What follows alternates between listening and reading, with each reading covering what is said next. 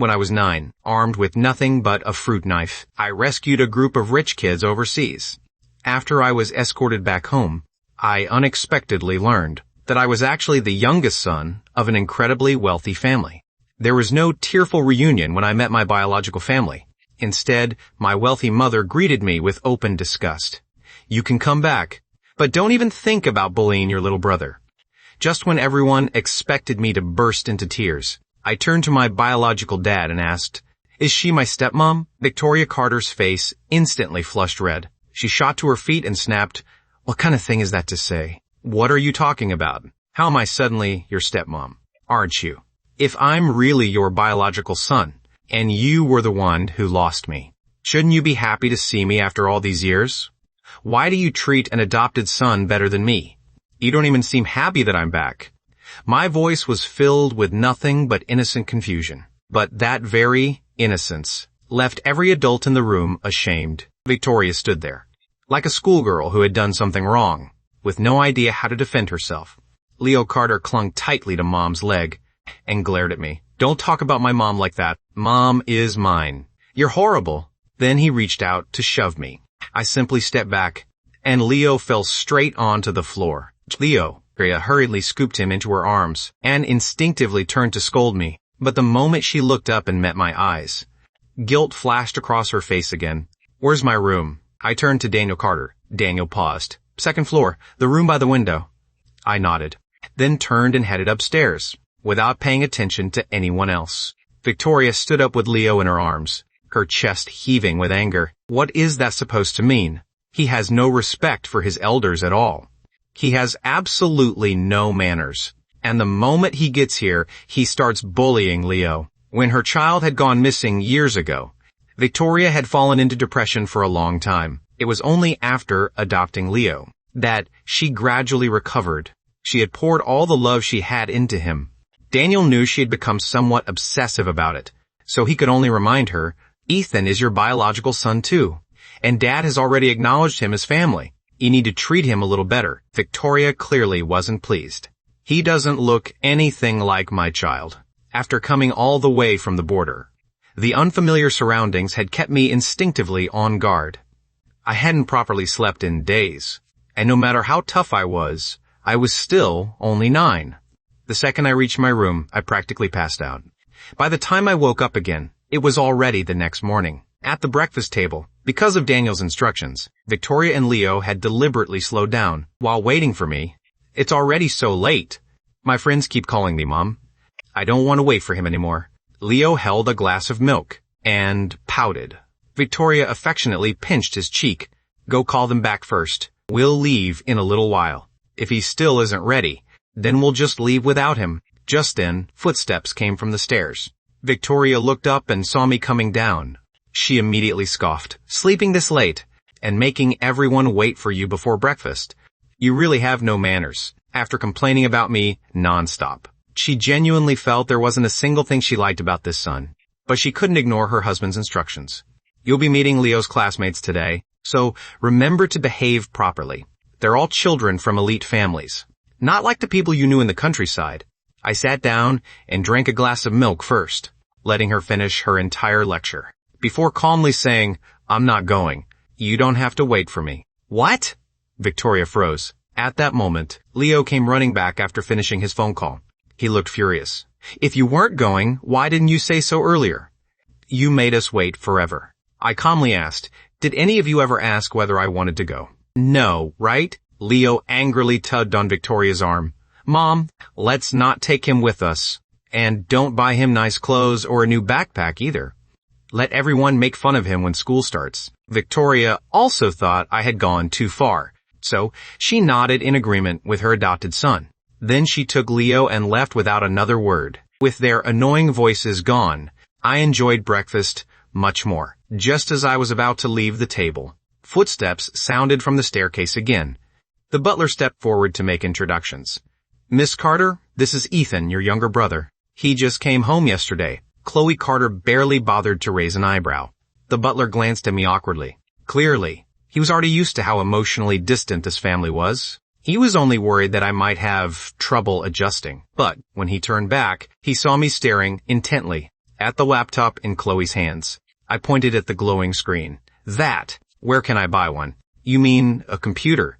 The butler paused, looking a little troubled, because you're still young, and probably haven't used computers before. We didn't put one in your room yet. Before he could finish, I pulled out a plastic bag, took out a stack of cash, and handed it to him. I have money. Can I buy one? Even Chloe looked up from her computer in surprise. The corner of her lips curled upward, and a mischievous gleam appeared on her pretty face. I could give you one, but watch carefully. All these pretty things you see on the screen are actually made from strings of letters like these.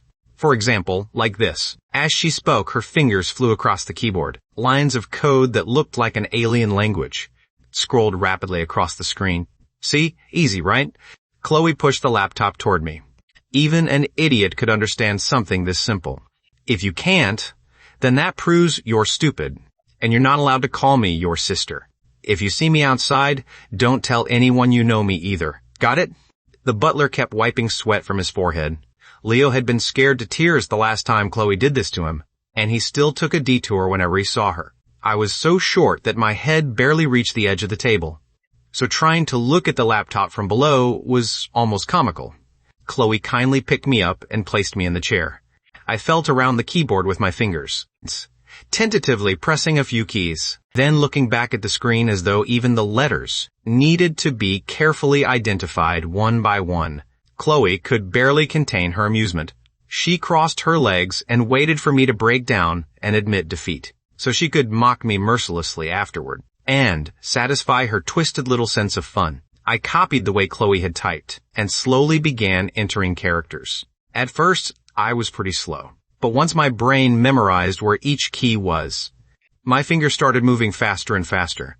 Chloe initially thought I was typing complete nonsense, but when she saw the code appearing on the screen, the chopsticks in her hand dropped straight onto the floor. You wrote this? She snatched the laptop away, and the more she looked, the more unbelievable it seemed. Then she turned and stared at me as if I were some kind of monster. The next second, she hooked an arm around me and lifted me up. Before striding upstairs, Chloe dropped me into a gaming chair, then switched on 4 massive monitors surrounding the desk, pulling up different sections of code on each screen. How much of this can you understand? I stared at them for a while, then suddenly pointed at the 3rd monitor. Is this line wrong? Chloe immediately leaned closer to inspect it. Where? Here. I moved my finger toward the screen, deleted the original code, and rewrote the line myself. Before Chloe could react, I pressed enter. Hey, you can't just mess with that. Chloe nearly lost her mind. Her team was in the middle of a competition. The Hacker Alliance was battling another team called Turbulence, trying to break through the opposing firewall. Whoever found and exploited the vulnerability fastest would win. She had barely slept for days because of it. They had finally made it to the decisive stage, where 1st and 2nd place would be determined. She had just jumped up, ready to explode at me, when the monitor suddenly lit up, and the word win flashed across the screen. At the same time, her teammates erupted into cheers through the speakers. Holy crap, Chloe, that was insane. You found their weak spot instantly. Their whole system just crashed. We won. We're champions. Chloe listened to their excited shouting, then looked back at me, with an entirely different expression than before.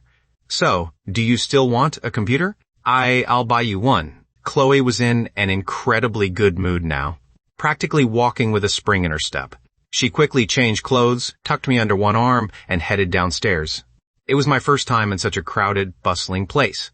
My entire body tensed up, and I instinctively started observing everyone around me, analyzing any possible threats. Chloe assumed I was nervous around strangers. After thinking for a moment, Shisao took my hand. Don't be scared.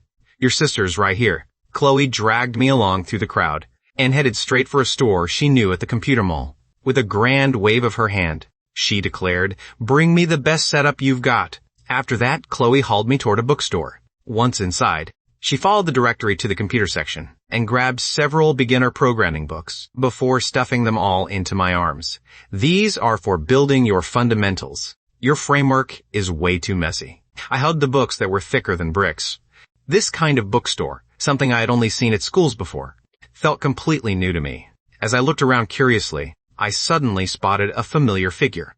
At that exact moment, she looked up and saw me too. Her mouth fell open slightly in surprise. Ethan? What are you doing here?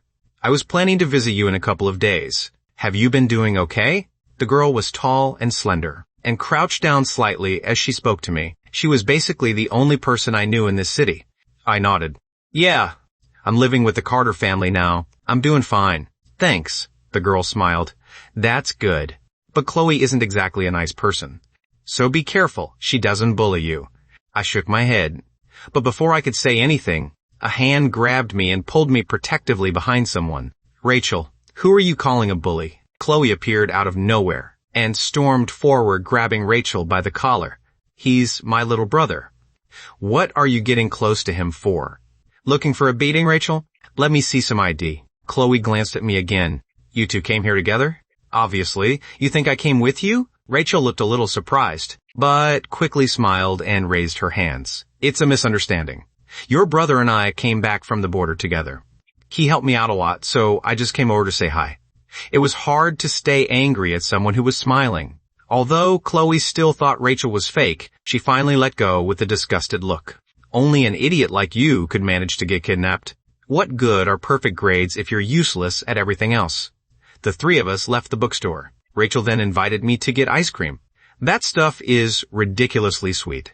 What's so good about it? Chloe, who hated sweets, curled her lip and turned around, only to discover that Rachel and I were already standing outside the shop.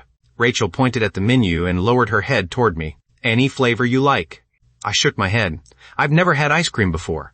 Chloe, who had been a step behind us, heard that, and suddenly stopped. Only then did she notice how skinny I was, and how dull and yellowish my hair looked. For a moment, she felt ashamed of how casually she had treated me, and a pang of sympathy rose inside her. She quickly walked over, grabbed my hand, and said, "Come on, we're ordering every flavor.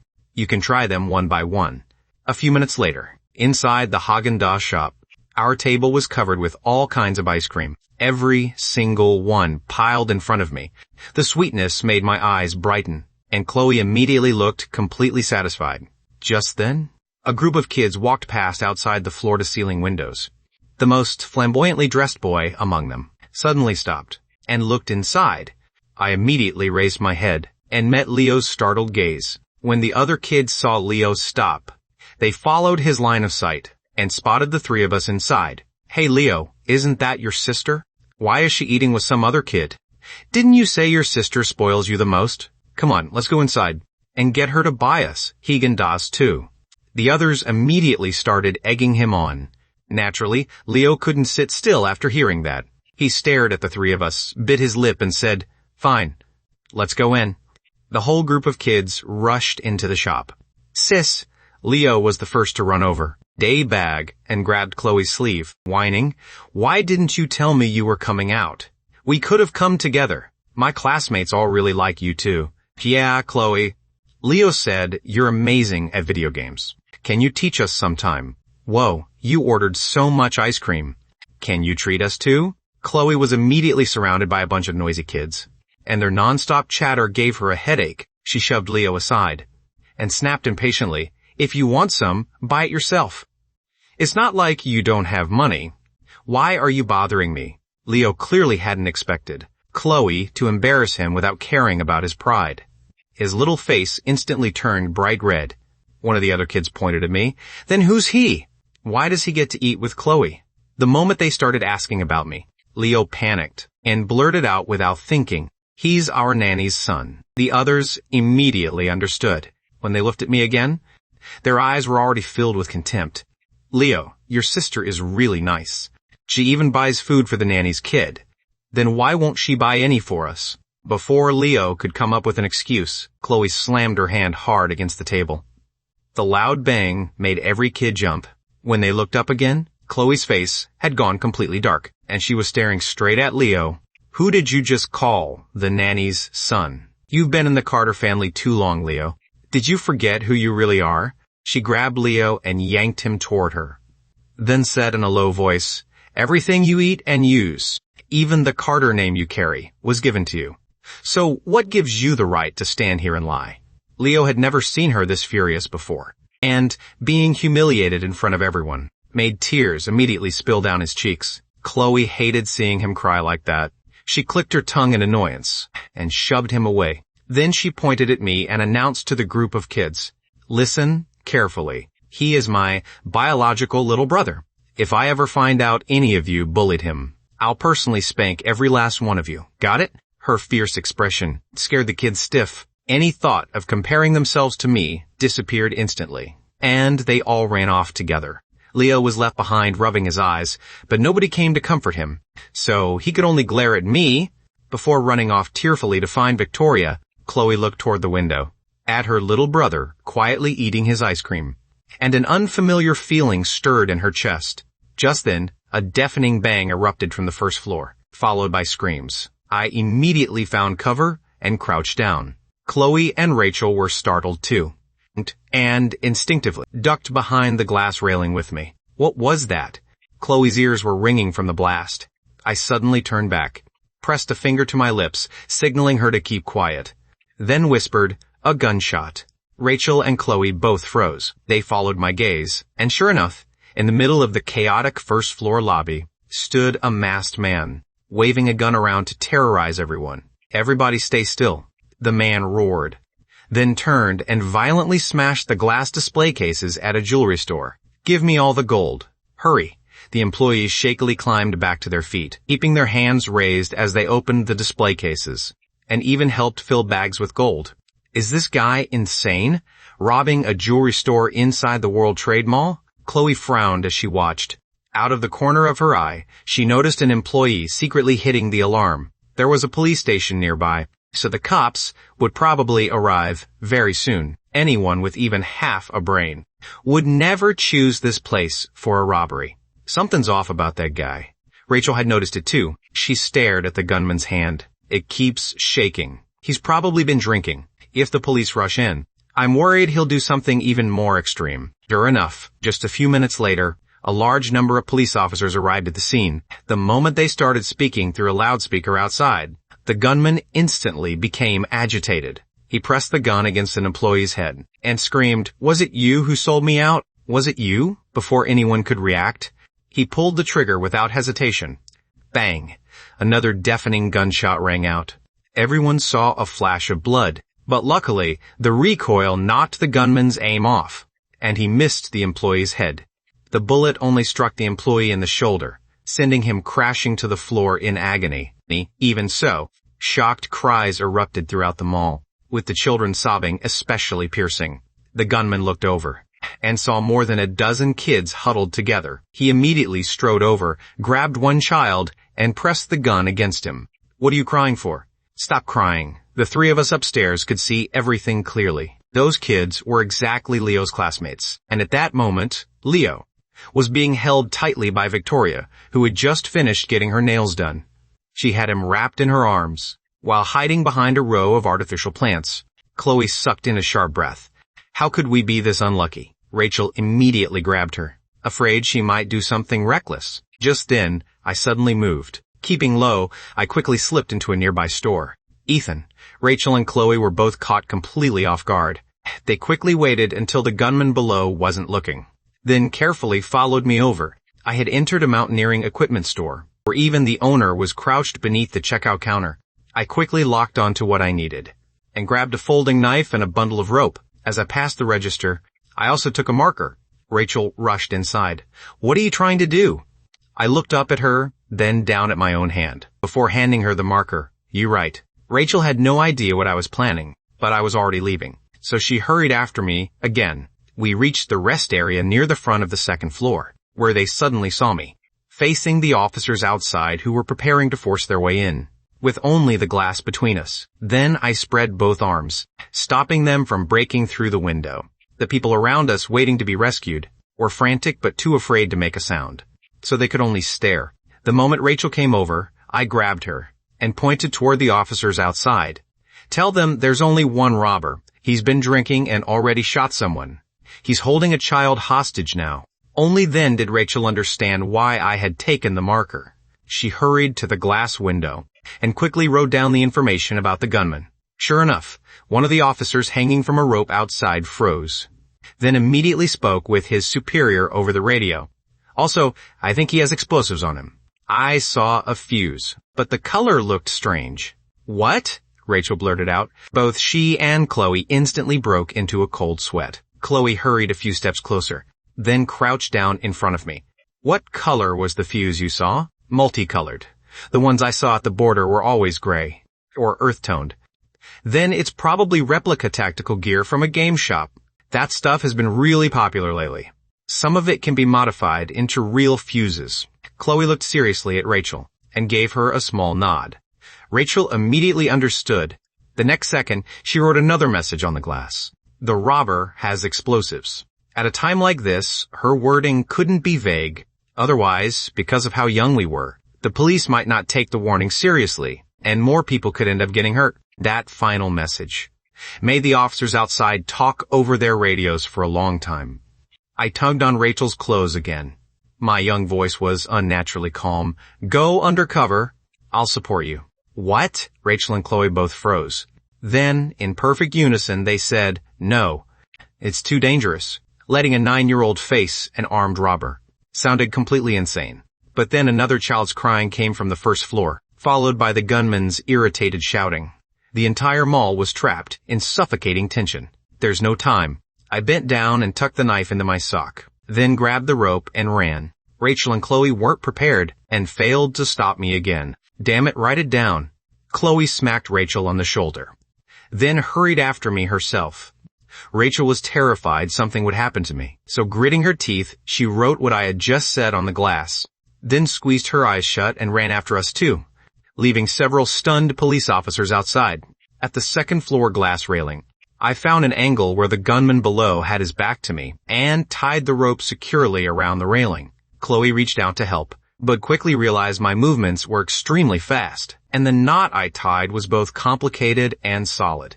She yanked on it several times, but it didn't budge at all.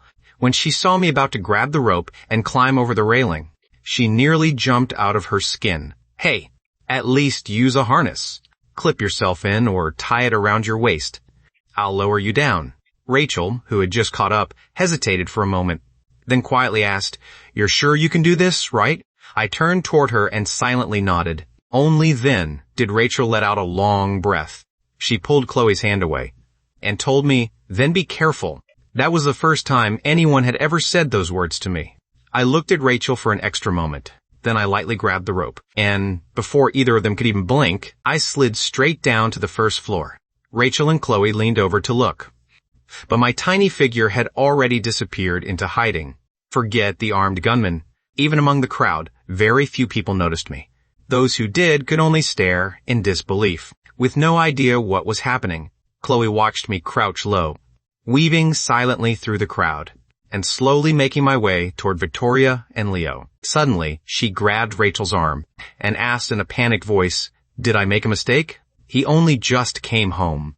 Am I really worth him risking his life like this? Mom! Down on the first floor. The boy being held hostage was still sobbing loudly.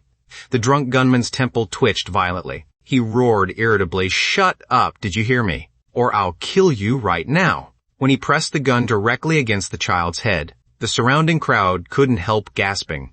Meanwhile, at the mall entrance, the officers had finally decided to follow my suggestion and entered in groups dressed in plain clothes. They blended into the crowd, and when they saw the dangerous situation inside, they all sucked in a breath, grateful they hadn't forced their way in earlier. Even now, they still couldn't bring themselves to place all their hopes on some strange little kid, so they could only quietly shift positions within the crowd, trying to get as close as possible. When I slipped past the row of artificial plants and appeared beside Victoria and Leo, Leo was curled in Victoria's arms, crying softly. How did you? Victoria stared at me with her mouth open in shock. Her expression instantly became conflicted. She was already struggling to protect Leo. How was she supposed to protect another child too? But I didn't give her time to think. I pulled her arm aside, raised my small hand, and cleanly chopped the back of Leo's neck. I might have been skinny, but I was surprisingly strong. Leo immediately went limp and passed out. Victoria nearly screamed in fright, but I quickly covered her mouth. Then I pointed toward a nearby emergency stairwell. Sir, there. You can carry Leo out through there. Still shaken, Victoria stared straight into my eyes. And somehow, after a moment, her panic miraculously settled. She quickly pulled herself together and started crawling toward the passage with Leo in her arms. But halfway there, she realized I wasn't following and couldn't help turning back. I was still crouched quietly where she had left me, watching her. There was something about my eyes that made me look unbearably lonely, as if I had never once expected anyone to take me with them. Ethan, Victoria's lips parted, and she silently called my name in her heart. But I only shook my head at her and motioned for her to hurry. Victoria desperately wanted to tell me to come with her, but when she looked down at Leo in her arms, her fear of losing him overwhelmed everything else. In the end, she gave me one last deep look, then hardened her heart and turned away. From the second floor, Chloe witnessed everything and clenched her teeth, her eyes turning red. When her gaze fell on me again, the intense curiosity she had felt before was gone, replaced by genuine fear for my safety. Only after I saw Victoria and Leo safely enter the passage did I finally look away. I firmly believed there was no such thing as a free lunch in this world. Chloe had bought me a computer earlier and treated me to delicious ice cream, so I had to repay her. As for everyone else trapped in the mall, the old man who raised me once told me that when there were too many bad people in the world, the only way to become a good person was to keep doing good things yourself. I didn't want to become like the people from that village. I wanted to be a good person. The terrified children were still crying uncontrollably, which greatly distracted the gunman, but also made his already unstable mood even worse. His finger tightened around the trigger until the veins on his hand bulged. I could see the hostage in his arms was being squeezed so tightly he could barely breathe. His lips were already turning blue. I knew I couldn't wait any longer, so I quickly slipped into the group of children, and when the gunman turned toward the mall entrance again, I rushed forward, grabbed the hostage by the legs, and yanked him down. The next second, the gunman stumbled backward from the sudden movement and instinctively let go, dropping the child. Who was that? He spun around furiously and immediately aimed the gun at me. The barrel slammed hard against my forehead, but I remained standing without moving. Everyone around us froze at the sight. It felt as though even their breathing had stopped, terrified that the man might lose control and pull the trigger. Most people would have already broken down under that kind of threat, and an accidental discharge could happen at any second. But not only did I refuse to cry, I slowly raised both hands in surrender. My dark eyes remained perfectly calm. Even the gunman froze for a moment. Then he seemed to realize he had finally found a hostage who wouldn't scream or cry. His alcohol-fogged brain barely thought it through before he picked me up and made me his new hostage. Neither Chloe and Rachel upstairs, nor the officers hidden around us, had expected everything to go this smoothly. When the police learned that the child being held hostage was the same one, who had been giving them instructions with a marker, their feelings became complicated. They hadn't expected the strategy this kid had proposed to actually come into play, but things had already reached this point, so all they could do was cooperate and wait for an opening. Once the gunman lifted me up, I finally got a clear look at where all the undercover officers were positioned, but they were still too far away. I had to wait until they got closer before making a move. For now, all I needed to do was behave like a quiet little prop, but just as the officers began closing in, the gunman's phone suddenly rang. The sharp ringtone cut through the tense silence, and everyone instinctively froze. The man seemed to know who was calling, and immediately became emotional. He threw me onto the ground, kept the gun pointed at me with one hand, and answered the phone with the other. "Hello? Amy? Is that you? Don't break up with me," the man kept shouting. But the call disconnected from the other end, completely igniting his emotions. Tears suddenly streamed down his face, and he screamed, "Liars! You're all liars." The moment the words left his mouth, he suddenly went completely berserk, raising the gun as if he were about to spray bullets into the crowd. And just as his finger was about to pull the trigger, I lunged at him. My small body shot toward his blind side like a shadow. A cold flash gleamed from my hand as I slashed precisely across his wrist.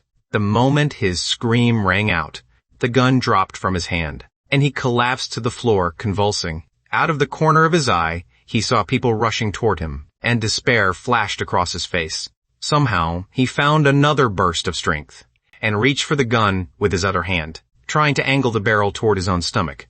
When the officers a few yards away saw what he was doing, their expressions changed drastically. "Everybody down," one of them shouted, and every officer rushing forward instantly dropped to the floor. But the next second, a second scream rang through everyone's ears.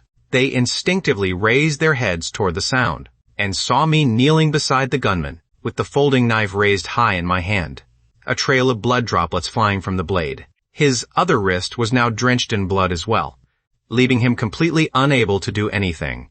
I pulled open his clothes, and when I saw the explosives, I didn't waste time checking whether they were real. I simply reached out and tore away the fuse.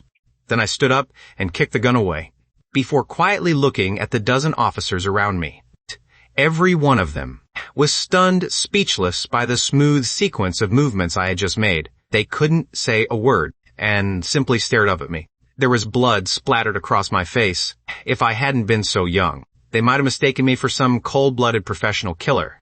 It took them several seconds to finally snap out of it. They scrambled to their feet and rushed over to handcuff the man. When they saw how cleanly both of his wrists had been cut, they looked at me again. By then, Rachel and Chloe had already rushed over and surrounded me, checking me from head to toe for injuries. "Did he hurt you when he grabbed you? Does anything hurt?" I stared blankly at the two of them, then quietly said, "I'm fine," but neither of them listened to me. They each grabbed one of my arms and immediately started dragging me outside. One of the officers stopped them. He looked at me, hesitating for a moment. "Could we have the little guy give us a statement first?" Chloe immediately stepped forward, saying "Apps," and said forcefully, "No, can't you see the huge bump on his head? We're taking him to the hospital first. If you need anything, come find us at the Carter residence. Daniel Carter is my dad." With that, she grabbed me and strode away. I was taken to the hospital and thoroughly patched up. The bruises left by the gunman's grip were treated too. When the nurses heard that I had bravely subdued the robber, one of them even tied the bandage around my head into a cute little bow. When I came out of the examination room, Rachel and Chloe immediately walked over to me. Only after confirming that I really wasn't seriously hurt did they finally relax. Even Rachel, who was usually easygoing, couldn't help crouching down in front of me for once. She looked at me seriously. "Don't take risks like that again. Dangerous things are for adults to handle. You're still a kid, okay?" For once, Chloe completely agreed with her. She put on a stern face. "If you don't listen, I'm having bodyguards follow you every time you leave the house from now on." I wanted to tell them I was perfectly capable of protecting myself. But when I saw the same genuine worry in both their eyes, I suddenly found the feeling strangely pleasant. There was even a faint warmth spreading through my chest. So I didn't argue. Just then, hurried footsteps came from the other end of the hallway. Daniel and another middle-aged man rushed toward us. When Daniel saw the three of us outside the examination room, he immediately grabbed Chloe and asked anxiously, "Chloe, you're not hurt, are you?" Chloe shook off his hand. "I'm not the one who saved everyone. Why are you asking me?" Only after she said that did Daniel finally look at me, for the first time. But instead of asking about my injuries, he frowned and started scolding me. "Who told you to take it upon yourself to rescue people? Don't you know how dangerous that was? I heard you even knocked Leo unconscious. You don't know how to control your strength at all. Don't do anything reckless like that again." The moment those words came out, not only Chloe but even Rachel immediately looked furious. Chloe finally lost her patience and stepped directly in front of me. She shouted angrily, "He saved Mom and Leo. Everyone in that mall, including me, would have been blown up if it weren't for him. Every single one of us should be thanking him on our knees. What gives you the right to blame him? Can't you see he's injured? Do you even think of him as your son?" She was furious and heartbroken, feeling as though the entire world was treating me unfairly. But Daniel, who had just received the DNA test results, felt absolutely no guilt at all. After all, I wasn't even their child. I was just some fake who had appeared out of nowhere, and now that his dad had already publicly acknowledged me, I had become a massive problem for him. So there was no way his tone could possibly be pleasant. "Chloe, stay out of this." His voice was firm.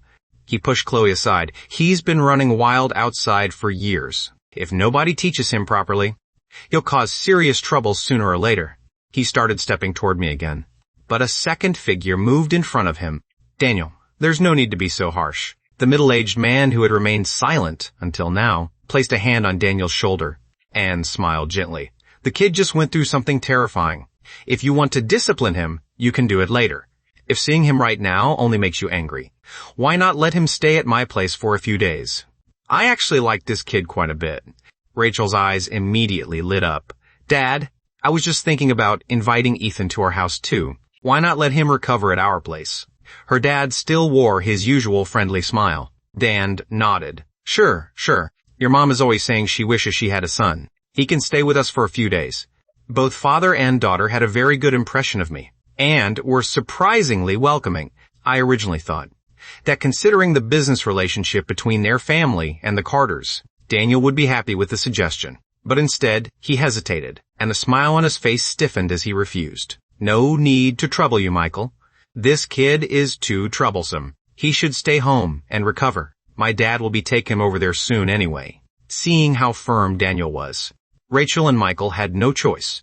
Before leaving, Rachel gave me her contact information and told me I could reach out to her if I ever needed anything. I nodded and carefully put the note into my pocket. I had always treasured kindness from other people. Because Leo was still in the hospital getting examined, only Chloe came home with me in the end. The two of us had just finished showering. The police showed up at our door, in the Carter family living room. Besides the captain and the officer taking notes, more than a dozen police officers were packed together, standing there somewhat awkwardly. Across from them, Chloe frowned deeply. Does giving a statement really require this many witnesses? Captain Ryan Miller rubbed his nose, feeling embarrassed by his overly eager subordinates. He gave an awkward smile and said, We owe a lot to Ethan's help today. He basically saved their lives. So everyone wanted to come thank him personally. Once their captain gave them an excuse, the group of grown men hurried forward, bowing to me one after another and thanking me. I sat quietly on the couch, still holding the Haagen-Dazs that had just been delivered. I watched the ice cream slowly melting, while counting how many officers still hadn't finished thanking me. My short legs, unable to reach the floor, swung back and forth. With growing impatience, every officer who had experienced what happened at the mall today was secretly observing me. When they saw me eagerly pick up my little spoon and start eating ice cream, their expressions became hard to describe. If the mall hadn't had surveillance cameras, they never would have believed that this little kid was the one who had taken down the gunman.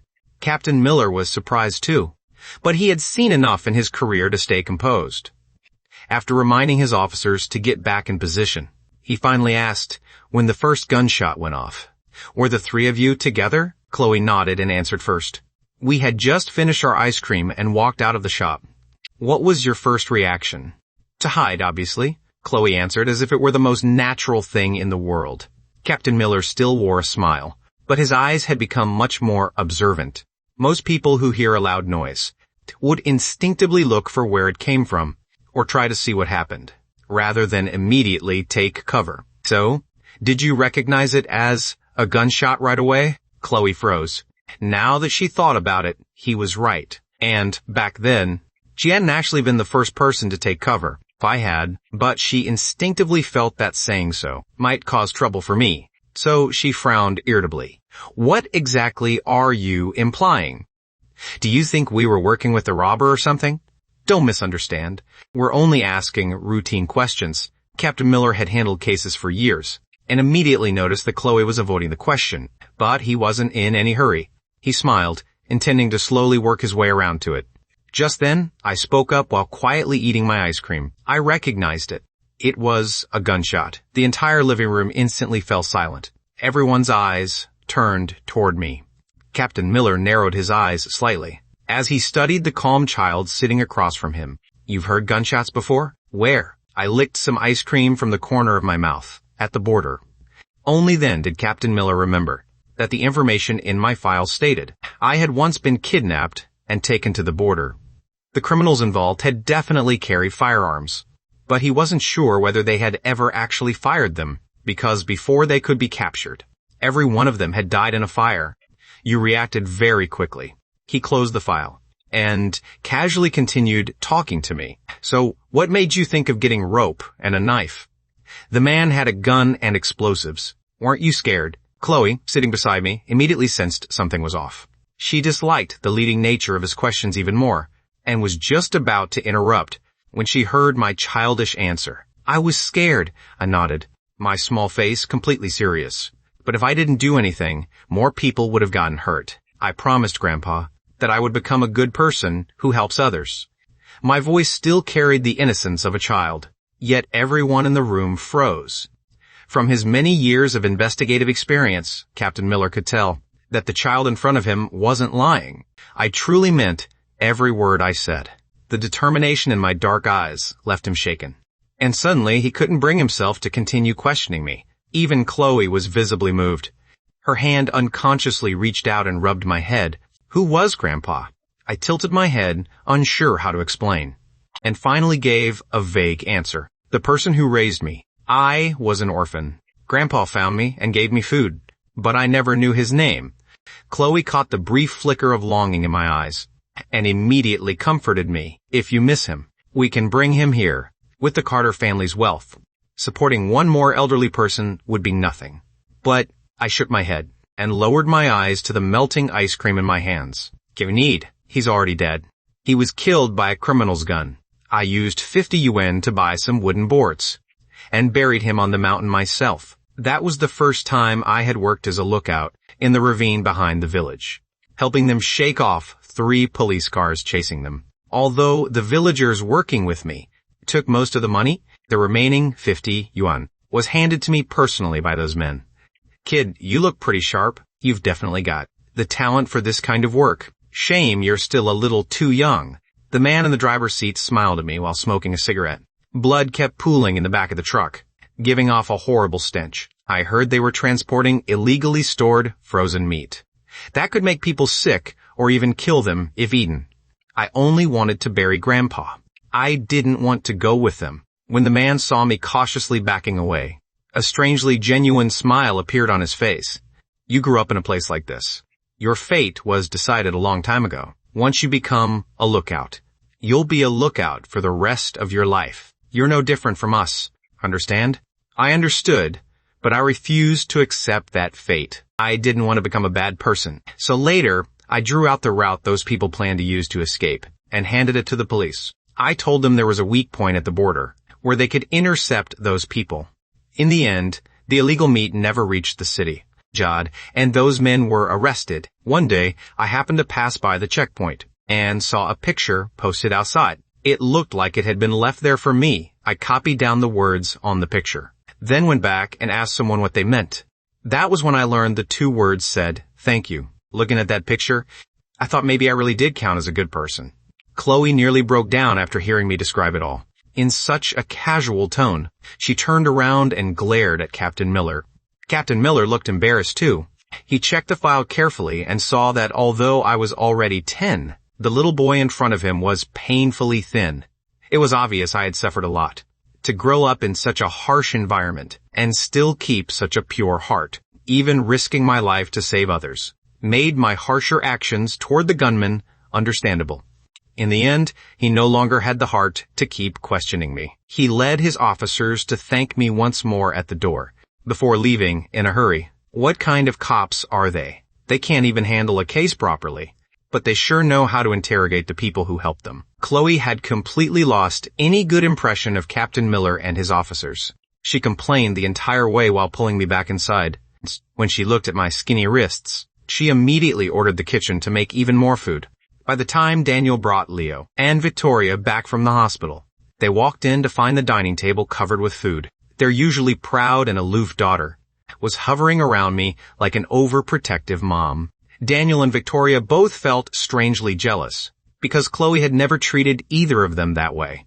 Leo, who had only recently woken up, immediately burst into tears.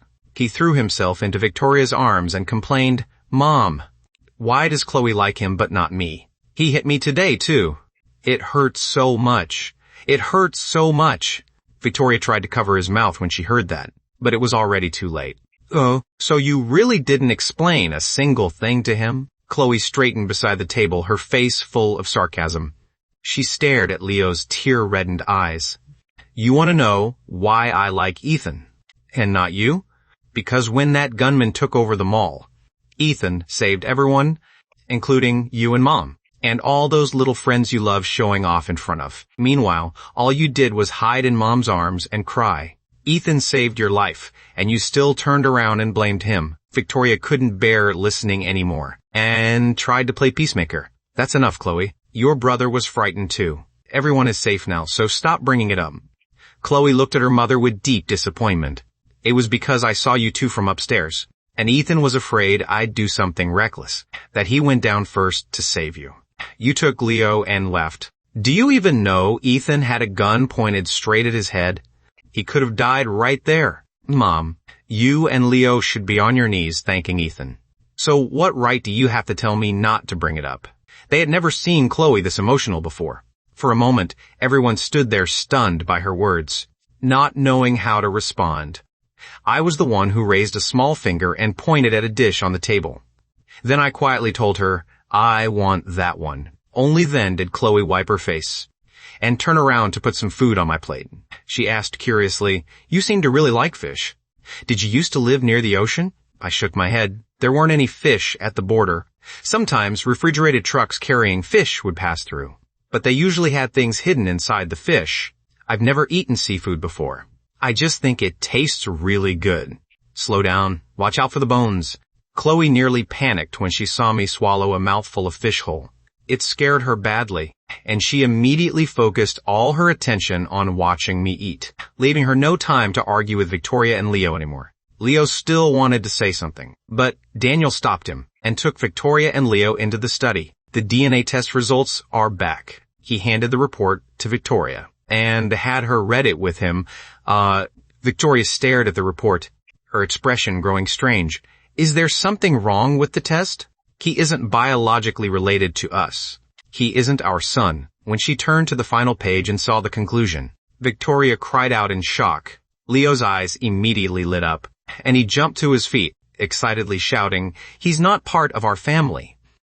Dad, let's kick him out right now. Victoria quickly recovered from her shock and nodded in agreement.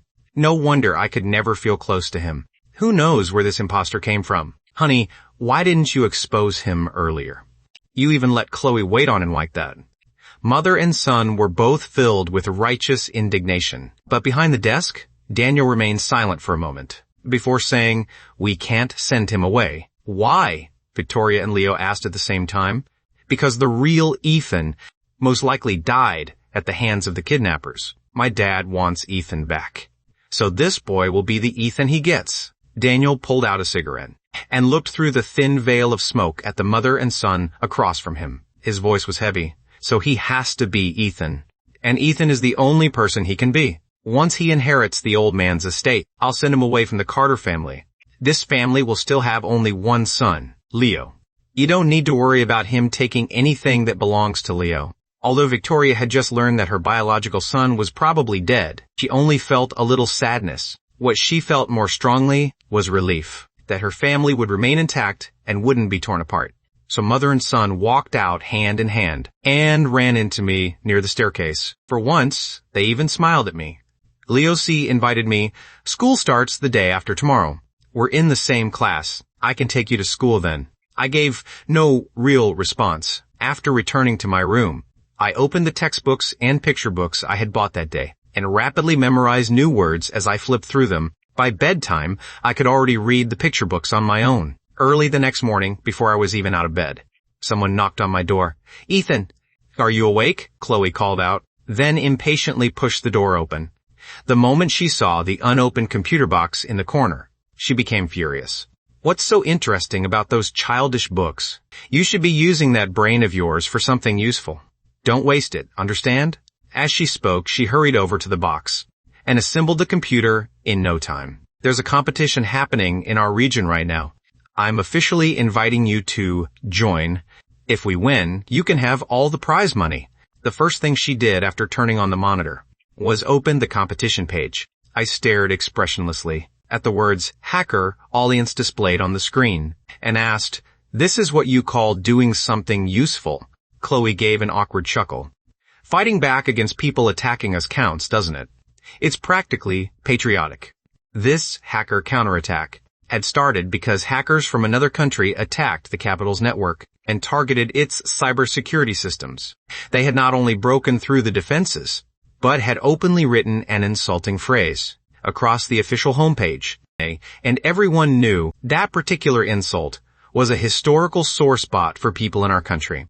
Domestic hacker forums immediately exploded.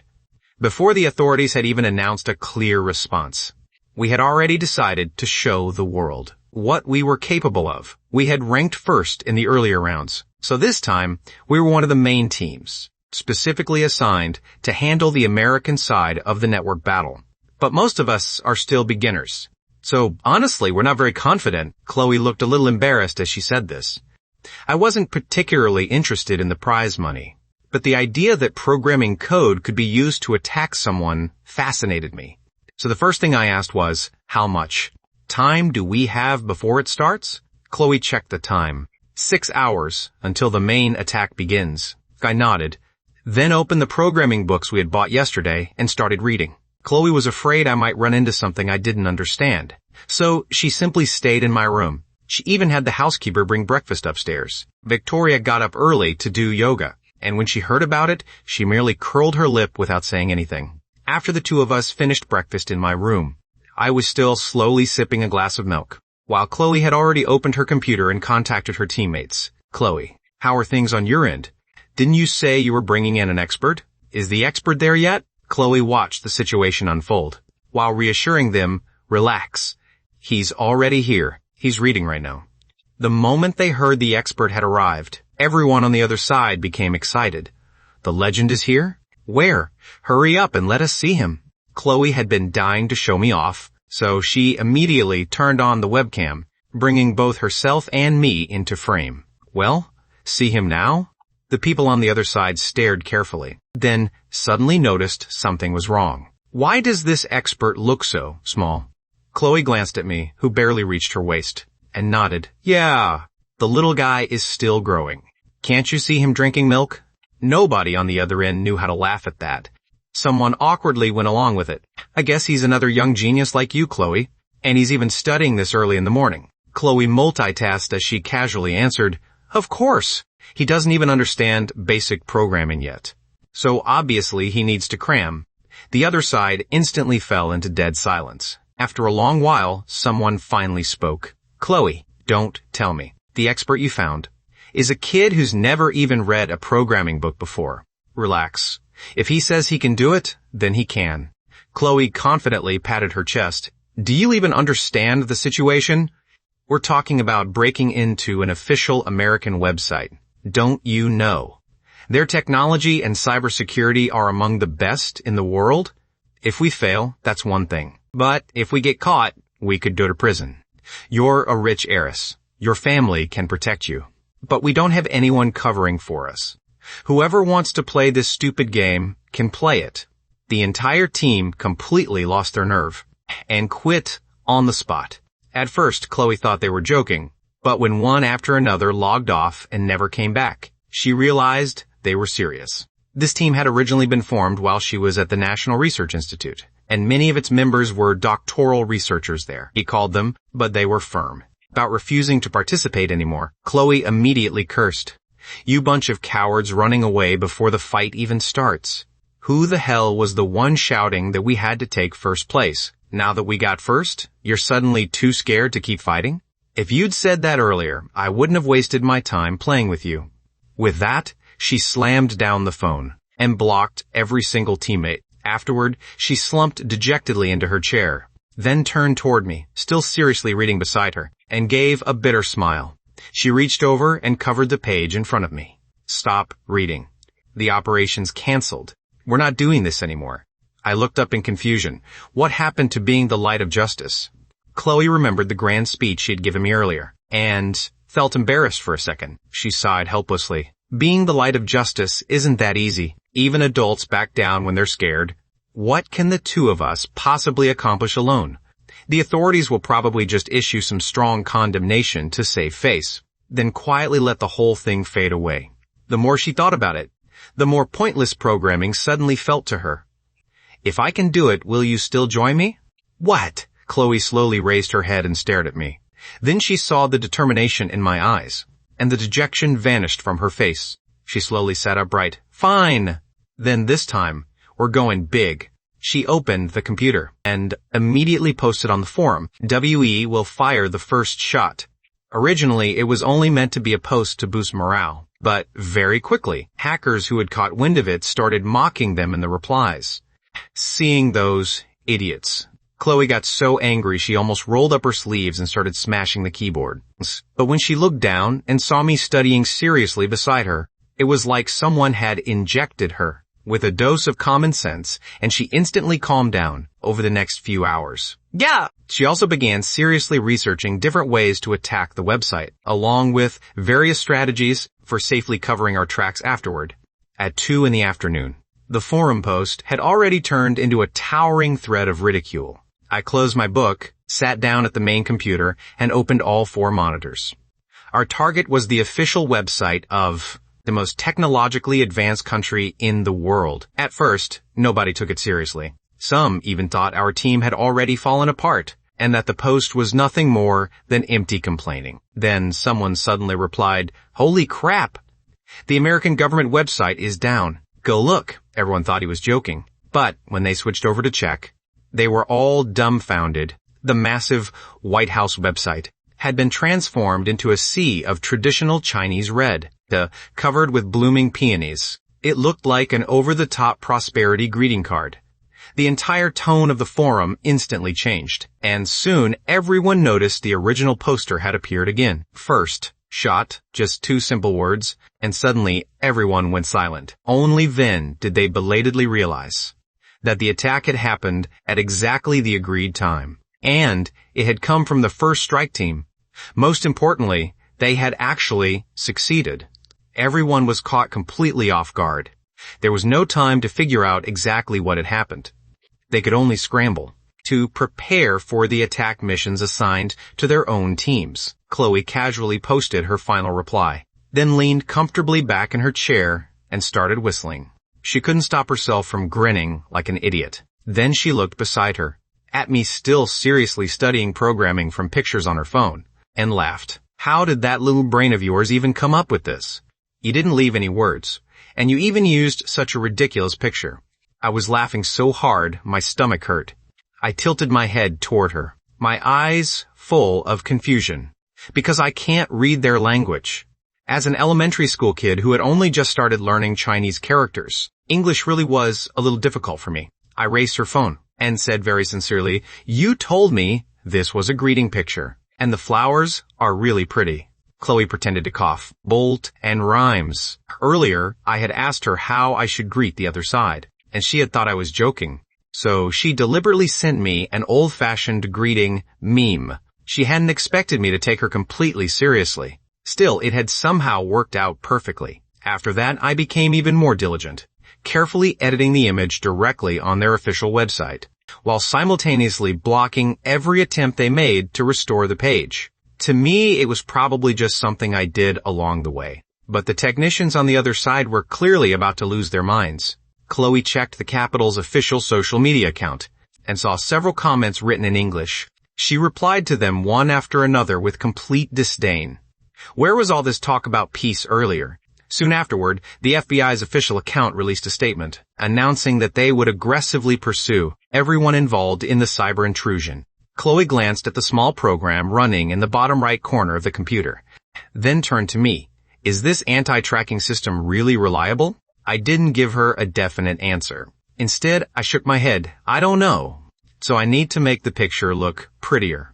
Chloe froze, unable to understand what that had to do with anything.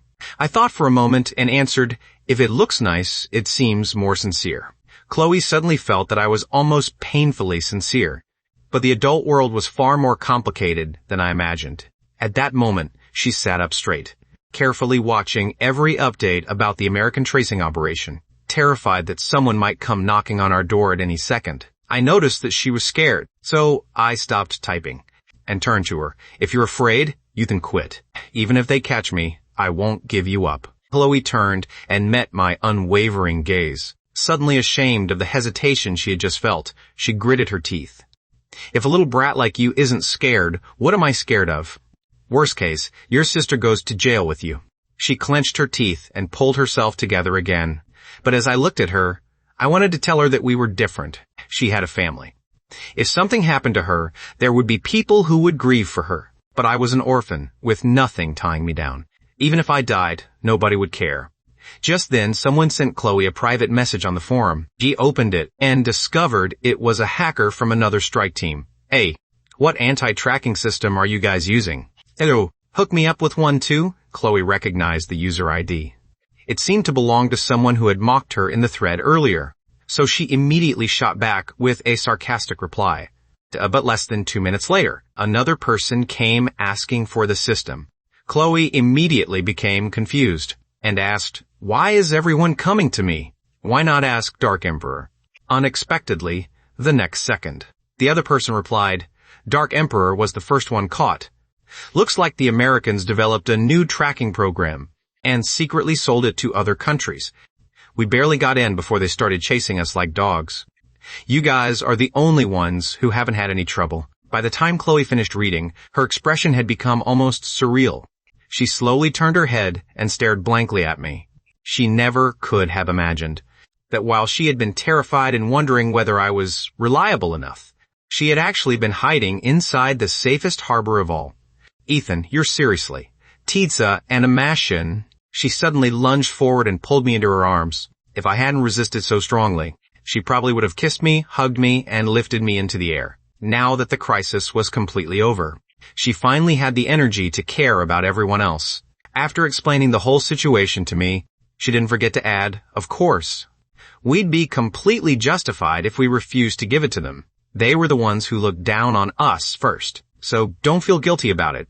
But after thinking it over, I still decided to give them the program. Chloe froze, not expecting me to still care about helping them. She lowered her head and met my clear gaze, then smiled softly. "You're the light now." At 5 p.m, the 3-hour cyber battle finally came to an end. Bright red flags appeared across websites around the world. People who had watched the battle unfold praised the Chinese hackers for their generosity and restraint. The capital's official website seemed to decide that since the incident had caused no serious public disruption, it would simply remain silent. Next day, it even changed its homepage banner to the same peony-filled prosperity background. The forum post Chloe had made earlier had now become a massive thread of admiration. The user IDs that had mocked her before all quietly disappeared. Some deleted their comments entirely, while others thanked Chloe in the thread for putting aside their earlier insults and still helping them. Chloe didn't take credit for it. She replied directly, "I'm not the generous one. Our little guy is just too kind." This whole thing wasn't really me, it was him. When everyone saw that reply, they read it several times and still didn't quite understand, so they asked the original poster, "When you say little guy, do you mean literally little or just mentally young?" Chloe sent an eye roll emoji. "He's my biological little brother." Everyone already had a rough idea of Chloe's age, which made it even harder for them to imagine how young her little brother was. Someone cautiously asked, "And how old is this young genius?" Chloe looked at how timidly everyone was asking now, and casually typed back, "Not much. 10 years old this year." The moment that reply appeared, every hacker on the Alliance forum was stunned.